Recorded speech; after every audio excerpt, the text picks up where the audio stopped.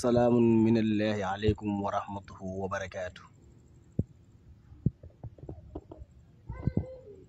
weer waa ngi noonu ngeen di seen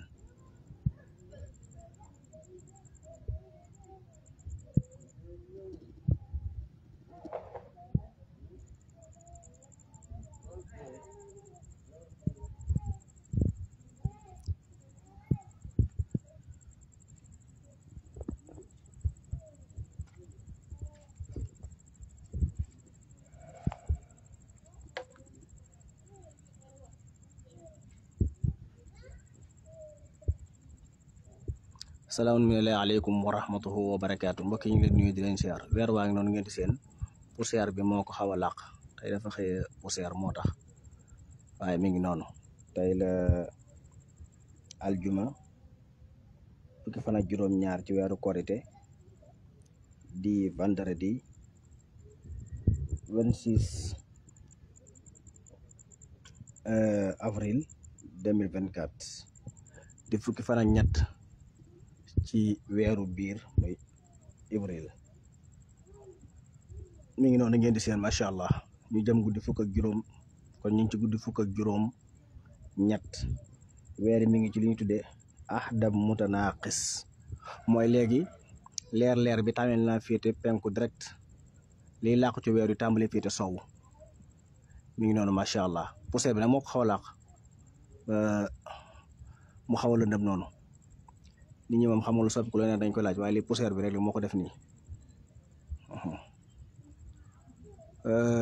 ci loolu ma ci fàttalaa ne ku ci yëg bopp bi metti wala sentiment yu xaw a kii loolu poussière bi moo koy def bu wéré di soo naanee bisaab bu xonq rek wala daqaar wala buy mu deñ rawat na bisaab bu xonq bisaab bu naturel bi mooy bisaab bu sénégalais bi rek waxuma bisaab binto bi ko xooj ko ci lu yam rek di ko naan baax na ci ndax mën naa am ñi nga xam ne dañoo am xasaasiya dañoo am allergie wala yu mel noonu ci seen deret mën nañu amee bopp bi metti wala ay fatt-fatt ba duñ mën a noyyi bu baax wala xeet yooyu poussière bi da koy def nañ ci bàyyi xel du ak wéradi jërul dem docteur jërul naani doom xoojal bisaab bu xonq bi nga naan wala nga xooj buy wala daqaar wala yu mel noonu.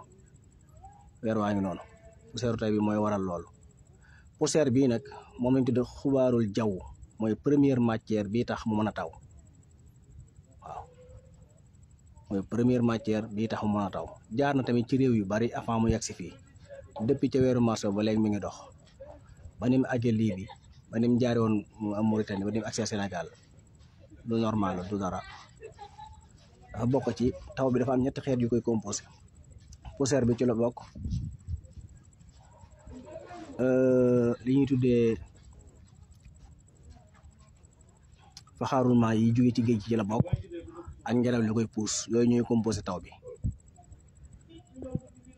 weer waa ngi noonu macha allah nu ko yàlla bindee ni mu rafete booy xalaat ni yàlla bindee àdduna ni mu placé suuf si placé weer yi placé jant bi rafetaay bi xelum doomu aadama attanu ko ndax daa rafet ba ëpp maanaam ba jéggi dayo taar bi waaw.